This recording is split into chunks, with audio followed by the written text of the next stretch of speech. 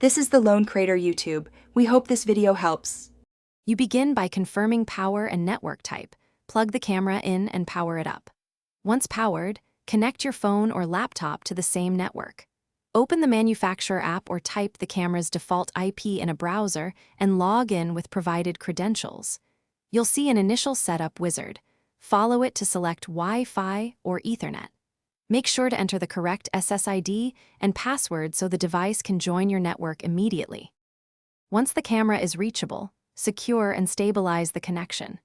You should assign a static IP or create a DHCP reservation so the address doesn't change. This prevents lost feeds. Next, change the default admin password and enable HTTPS or secure access to protect the stream. If you want remote viewing, link the camera to its cloud account or set up RTSB/ONVIF on your NVR. Make sure to test the local stream. To finish, position the camera and fine-tune exposure, focus, and motion sensitivity so it captures what you need. Once done, enable port forwarding or UPnP for remote access, or better yet, use a VPN or the vendor cloud for secure connections.